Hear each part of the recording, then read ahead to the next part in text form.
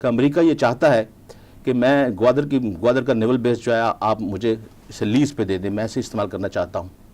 تو جب ان نعمان بشیر صاحب نے اس بات سے اپنے خدشات اور ریزرویشن کا اظہار کیا تو ہمارے وزیر اعظم صاحب نے یہ بتایا کہ بات دیکھیے کہ امریکہ سپر طاقت ہے، طاقتور ہے، یہ ویسے بھی قبضہ کر سکتے ہیں۔ تو نعمان بشیر صاحب نے کہا کہ آپ ہمیں حکم دیں، آپ کو سپریم کمانڈر آپ ہمیں حکم دیں تو ہم ایسا نہیں کرنے دیں گے، بلکہ نہ صرف امریکہ کو بلکہ امریکہ جن کو یہاں کی اس علاقے کا نمبردار بنانا چاہتا ہے، تھاندار بنانا چاہتا ہے، ہم ان کو بھی قابو کر لیں گے۔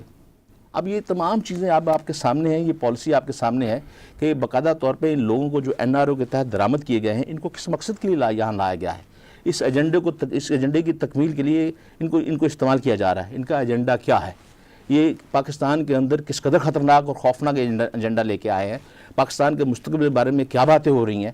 اس سلسلے میں ہم نے آج اپنے بہت ہی ایک معزز مہمان کو جہاں پہ زحمت دی ہے، میں ان کا بہت مشکور ہوں کہ وہ بہت زیادہ بیمار بھی تھے، اور میں نے جب ان سے گزارش کی اور یہ میں نے ریکویسٹ کی کہ یہ ہمارا ایک پروگرام ہے، آپ ضرور تشریف لائیں۔ بریگیڈیئر عثمان خالد صاحب جو کہ London institute of south Asia کے ڈائریکٹر ہیں، ایک عرصے سے وہ پاکستان کی خدمت کے لیے بہت سی چیزیں جو دفاعی انداز میں تجزیے کرتے رہتے ہیں، سینکڑوں آرٹیکل ان کے یہاں اس وقت جو ہے پبلش ہو چکے ہیں۔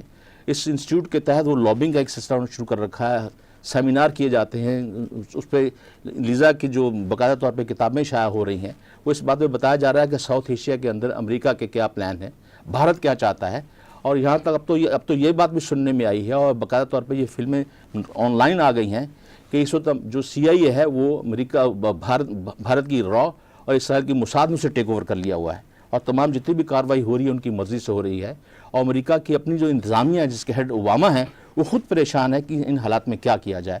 ان حالات میں ہم نے یہ بھی سوچا ہے کہ ہندوستان کا ایک پرانا ایجنڈا ہے، اس نے کبھی بھی پاکستان کو دل سے تسلیم نہیں کیا، اور خاص طور پہ ابھی ریسنٹلی جو ایک ارون دھوتی جنہوں نے اپنی کتاب لکھی ہے، بہت بڑی وہاں پہ جرنلسٹ بھی ہیں، کتاب لکھی، اس میں انہوں نے کہا ہے کہ بھارت کے موسٹلی جتنے بھی سیاستدان ہیں وہ اس بات سے اتفاق کرتے ہیں کہ وہ پاکستان کے ساتھ پاکستان کی تقسیم نہیں چاہتے، بلکہ پورے کے پورے پاکستان کو ہندوستان کے اندر رکھنا چاہتے ہیں۔ اب میں اس سلسلے میں میری خواہش ہے کہ میں وہ جو دفاعی تجزیہ نگار ہیں بریگیڈیئر صاحب، ان سے بات کی جائے۔ بریگیڈیئر صاحب میں بہت مشکور ہوں کہ آپ یہاں تشریف لائے۔ شکریہ۔ میں آپ سے اس تمام جتنی میں نے گزارش کی اس تناظر میں آپ سے یہ پوچھنا چاہتا ہوں کہ یہ فرمائیے کہ ہمارا دشمن کون ہے؟ سب ہوتا یہ ہے کہ جب تک ڈاکٹر کو خود بیماری کا پتہ نہ لگے وہ اس کی تشخیص کرنے سے ناکام رہتا ہے۔ اس لیے آپ کو کہ دفاعی تجزیہ نگار ہیں اور آپ کی بے شمار خدمات ہیں فوج کے اندر بھی، اور فوج کے اندر بہت اعلیٰ آفیسر جتنے موسٹلی جنرل جو ہیں آپ کے شاگرد بھی ہیں، تو آپ یہ فرمائیے کہ اصل میں ہمیں یہ قوم کو یہ بتائیے کہ ہمارا دشمن کون ہے؟ جب افغانستان میں جہاد شروع ہوا سوویت یونین کے خلاف، تو اس وقت امریکہ کے ساتھ اتحادی جنہوں نے 50% پیسے بھی دیے وہ تھا سعودی عربیہ۔ تمام کی تمام جو اسٹریٹجک اور ٹیکٹیکل کنٹرول تھا وہ پاکستان کے ہاتھ میں تھا۔ یہ پاکستان کے ہی فوجی افسر تھے جنہوں نے مجاہدین کو ٹرین کیا، ان کو آرگنائز کیا، اور انہی کے ذریعے سے یہ عرب خاص طور پہ اور سینٹرل ایشیا کے لوگ جو ہے وہ ادھر اتحاد میں شامل ہوئے، اور ایک بہت بڑی فورس بنی جس نے کہ دنیا میں بہت بڑا انقلاب لائے، اور اسلامی دنیا میں ایک بہت بڑی فتح حاصل ہوئی کہ سوویت یونین کو شکست ہوئی، افغانستان آزاد ہوا، اور اس کے نتیجے میں ہمیں پتہ ہے کہ 5 سلطنتیں مسلمان سلطنتیں مارز وجود میں آئیں۔ سینٹرل ایشیا میں 6ٹھی مسلمان سلطنت جو کہ ذرا دور ہے ترکی کی سرحد پر آذربائیجان، 6 ملک مارز وجود میں آئے دنیا کے نقشے پر۔ اس وقت جتنا ہرا رنگ آج ہے اتنا ہرا رنگ اس سے پہلے کبھی نہیں تھا۔ ٹھیک ہے کہ ہمیں اسپین ہم سے چلا گیا، اور ایسٹرن یورپ کے بعض حصے جو کس زمانے مسلمانوں کی سلطنت تھے وہ ہمارے قبضے سے نکل گئے، لیکن وہ ایسے علاقے تھے جہاں پر مسلمانوں کی میجورٹی نہیں تھی۔ لیکن آج جہاں پر بھی مسلمانوں کی میجورٹی ہے وہ علاقے مسلمانوں کے قبضے میں ہیں، سوائے 2 جگہوں کے، فلسطین اور کشمیر۔ اور اس لیے فلسطین کی وجہ سے اسرائیل دوست بنا، اسرائیل نے امریکہ کو اپنا دوست بنایا۔ یہ ہمیں یاد رکھنا چاہیے کہ 56 تک اسرائیل امریکہ کی دوستی نہیں تھی، اسرائیل کا سب سے بڑا دوست روس تھا۔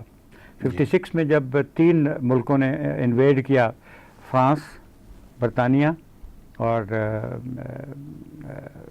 تیسرا کون تھا؟ اسرائیل آف کورس۔ تو یہ تینوں ملکوں نے جب حملہ کیا تو آئزن ہار نے ان کو الٹیمیٹم دیا کہ خالی کر دو ورنہ تمہارے ساتھ جو ہوگا وہ تم یاد رکھو گے. تو وہ 36 گھنٹوں میں وہ علاقہ خالی کر کے چلے گئے تھے. لیکن اس کے بعد امریکہ کی پالیسی تبدیل ہوئی اور 67 وار میں یہ میں 66 میں سینٹو میں میری پوسٹنگ ہوئی اور سینٹو کا ہیڈ کوارٹر انکرا تھا. انکرا نیٹو کا حصہ ہے اور نیٹو کے حصہ ہونے کی وجہ سے سائپرس میں جو بیس تھے وہاں پر ہمیں ہر سال لے جایا جاتا تھا. اور سائپرس کی ایک بیس کے میں ایک وزٹ کے دوران ہمیں پتہ چلا کہ سائپرس کی بیس سے جو ریڈار ہے وہاں پر ماؤنٹ اولمپس ایک بہت اونچی پہاڑی ہے جس سے کہ وہ ریڈار جو ہے وہ کور کرتا ہے ایجپٹ کو بھی, سیریا کو بھی, کافی حد تک پورے اسرائیل اور فلسطین کو بھی, اور کافی حد تک ترکی کو بھی. وہاں سے یہ کنٹرول پرووائڈ کیا گیا جس کی وجہ سے پہلے ہی دن اسرائیل کی ایئر فورس نے پوری کی پوری ایجپشین ایئر فورس کو برباد کر دیا. تو یہ ایک سوئچ ہوا, جبکہ پہلے ایک امریکہ کی پالیسی پرنسپل کی بنیاد پر تھی, اصولوں کی بنیاد پر تھی. اصول یہ تھا کہ کسی بھی ملک کو دوسرے ملک پر حملہ کرنے کی اجازت نہیں دی جا سکتی.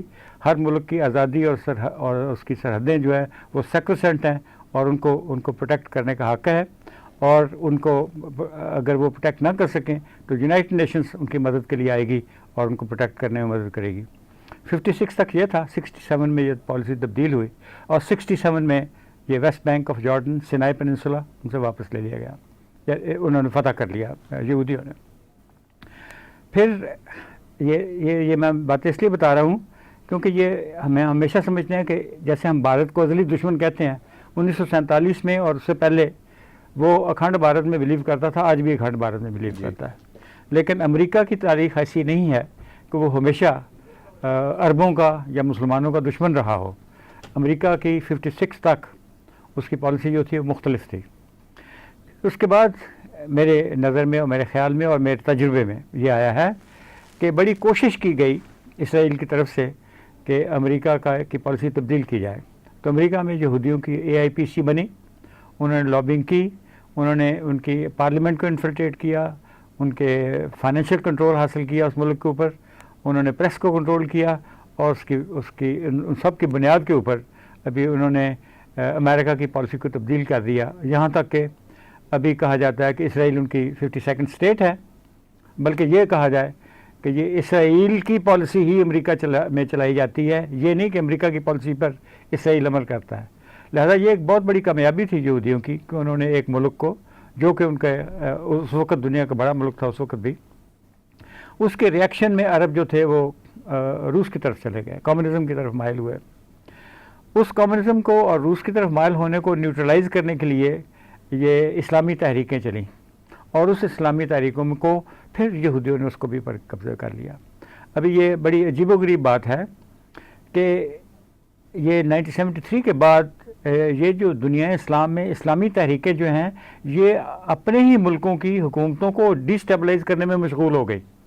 یہ بات ابھی تک ہم نے پوری طریقے سے سمجھی نہیں, اور آج بھی اس کو نہیں سمجھ رہے, بیکاز وہ کام جو ہے وہ اب تک جاری ہے کہ ابھی ہمیں دشمن ہمارے اوپر حملہ نہیں کرتا, دشمن ہمارے بیچ میں ایسے لوگوں کو ڈھونڈتا ہے جن کو وہ استعمال کر کے آپ کو ڈیسٹیبلائز کیا جا سکے. ابھی اس تناظر میں ہمیں دیکھنا ہے کہ اسرائیل نے امریکہ کو دوست بنایا, اور مڈل ایسٹ میں جو پالیسی بنی وہ اسرائیل کی پالیسی تھی جو امریکہ کے تھرو چلتی رہی. پھر اسرائیل نے انڈیا کو دوست بنایا, اور پھر انڈیا کو دوست امریکہ کا بنوایا, وہ بھی ایک اسٹریٹجک پارٹنر بن گیا. اور جب وہ اسٹریٹجک پارٹنر بن گیا تو پھر ابھی امریکہ کی پالیسی بھی تبدیل ہوئی, وہ کشمیر اور پاکستان اور یہ ساؤتھ ایشیا, سینٹرل ایشیا اور ساؤتھ ایسٹ ایشیا کے متعلق امریکہ کی پالیسی میں ایک بہت بڑا تبدیلی آئی. معاف کیجیے بریٹ صاحب, میں آپ کو تھوڑا روکنا چاہتا ہوں, آپ اپنی اس بات کو, اس عنوان کو ہم جاری رکھیں گے. ناظرین, ہم تھوڑی دیر کے بعد آپ کے پاس پھر حاضر ہوتے ہیں, لیکن یہ ہے کہ اس وقت آپ کو جو پروگرام جو دیکھنے کو مل رہا ہے, یقیناً آپ اس بات سے ضرور واقف ہوں گے اور سوچ رہے ہوں گے کہ یہ پروگرام پہلے بہت سے پروگرام سے اس لیے مختلف ہے کہ آپ کو براہ راست تاریخی تناظر میں آپ کو یہ بتایا جا رہا ہے کہ پاکستان کے اوپر جو ہے پاکستان کا دشمن کون ہے اور پاکستان دشمن کیوں ہے اور پاکستان اس کی کیا وجہ ہے. تھوڑی دیر کے بعد ہم آپ کے پاس پھر حاضر ہوتے ہیں, پلیز ہمارے ساتھ رہیے, اسٹے ٹیون, انشاءاللہ پھر آپ کے پاس حاضر ہوتے ہیں. السلام علیکم ورحمۃ اللہ وبرکاتہ.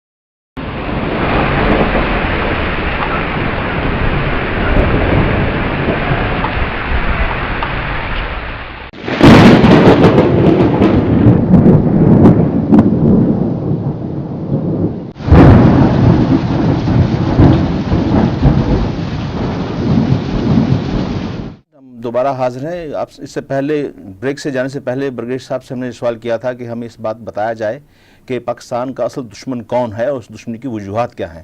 جی برگیش صاحب. جی میں کہہ رہا تھا کہ یہ امریکہ ہمیشہ سے انڈیا کی سپورٹ نہیں کرتا تھا. پہلے کئی سال 62 تک کم از کم انڈیا کی سپورٹ بالکل نہیں ہو رہی تھی. کشمیر کے معاملے کے اوپر امریکہ ہماری سپورٹ کیا کرتا تھا.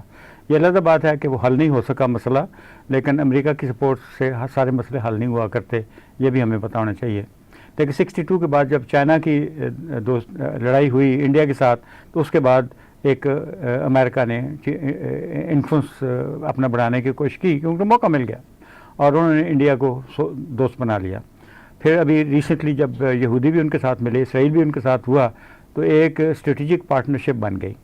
اب یہ جو نیو کون کا 8 سال کا زمانہ تھا بش ایرا, اس میں یہ تینوں ملک جو تھے یہ اکٹھے کام کرتے تھے اور انہوں نے ایک اسکیم بنائی تھی, اور اس اسکیم کے تحت وہ پاکستان سے نیوکلیر ویپن لینا چاہتے تھے, پاکستان کے حصے بکھرے کرنا چاہتے تھے, اس کے ٹکڑے کرنا چاہتے تھے. اور ابھی تک وہ ابھی اوباما کو آئے ہوئے 1 سال ہو گیا ہے, لیکن اس 1 سال میں ابھی تک اس میں کوئی تبدیلی ظاہری زمین پر نظر نہیں آئی. یہ ہمیں اس کے اشارے ملتے ہیں کہ وہ اس پالیسی کو تبدیل کرنا چاہ رہے ہیں, لیکن جو انفلوئنس اس وقت یہودی لابی اور انڈین لابی کا اس وقت ہے, اس کو اوباما اس کو ابھی تک نیوٹرلائز نہیں کر سکا اور کنٹرول نہیں کر سکا. اس لیے کوشش اس بات کی ابھی ہمیں ہونی چاہیے کہ چونکہ اس وقت ایک احساس ہوتا جا رہا ہے امریکن پبلک اوپینین میں کہ یہودیوں کے ساتھ اور ہندوستان کے ساتھ جو الائنس ہے یہ ہمیں بہت مہنگا پڑا ہے, اور ہم بجائے اس کے کہ امریکہ کے انٹرسٹ کو لک آفٹر کرتے, ہم نے ان 2 پاورز کا انٹرسٹ لک آفٹر کرنا شروع کر دیا ہے. اس کی وجہ سے دنیا اسلام ہم سے ایلینیٹ ہو گئی ہے. دنیا اسلام میں پٹرول ہے, پٹرولیم کی طاقت ہے, پیسے کی طاقت ہے, اور اس کی اسٹریٹجک لوکیشن موروکو سے لے کر انڈونیشیا تک وہ بھی بہت اہمیت کے حامل ہے. لہذا ان تینوں ایک ایسا بلاک جو کہ ان 3 چیزوں کا حامل ہو, اس کے ساتھ دشمنی کر کے ہم نے اچھا نہیں کیا, اور اسرائیل اور ہندوستان کے ساتھ دوستی ہمیں مہنگی پڑ رہی ہے. لہذا اس وقت پاکستان اور دنیا اسلام کے پاس ایک بہت بڑا کرائسس ہے اور بہت بڑی اپرچونٹی ہے, اور اس کے متعلق ہمیں غور و خوض کرنا چاہیے. پھر سر میں ابھی آپ نے یہ فرمایا کہ ابھی یہ چاہتے ہیں کہ پاکستان کے حصے بکھرے کر دی جائیں, کیونکہ آپ نے تاریخی ہسٹوریکل بہت سے فیکٹس آپ نے اس میں ابھی آپ نے ارشاد فرمائے ہیں.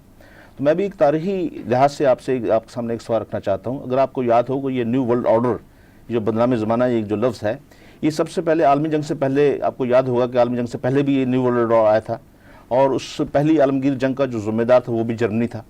اور ہوا یہ کہ دیکھیے اس وقت جو جرمنی کے اندر یورپین طاقتیں آپس میں ٹکرائیں, لیکن اس کا نزلہ کس پہ گرا؟ عالم اسلام کے اوپر. اور عالم اسلام پہ کیا وہ نزلہ گرا کہ ہماری خلافت عثمانیہ جو ختم کر دی گئی. حالانکہ اس وقت ترکی کو مرد بیمار کے طور پہ جانا جاتا تھا, اور اس یعنی خلافت سے کسی دنیا میں کسی بھی خطے کو کوئی خطرہ نہیں تھا, لیکن نزلہ جو ہے تمام عالم اسلام پہ گرا, اور تمام خلافت عثمانیہ توڑ کے ایک چھوٹی مسلمانوں کی کئی ریاستیں بنا دی گئیں. پھر دوسری عالمگیر شروع ہوئی, اس وقت بھی نیو ورلڈ آرڈر ایک نیا آیا. دوسری عالمگیر جنگ بھی وہ بھی جرمنی نے شروع کی, اور اس کے اندر بھی یعنی کسی مسلمان ملک کا کوئی اس میں سے حصہ نہیں تھا, اور کسی مسلمان ملک کی وجہ سے وہ جنگ دوبارہ شروع نہیں ہوئی.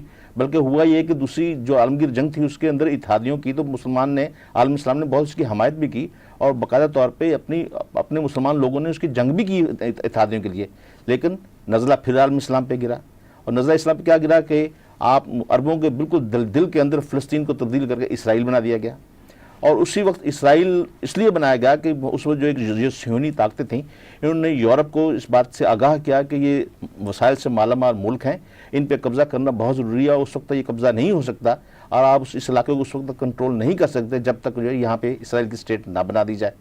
اب پاکستان جب سے جوہری طاقت بنا ہوا ہے, اب پھر ایک نیا سے نیو ورلڈ آرڈر آ گیا ہے.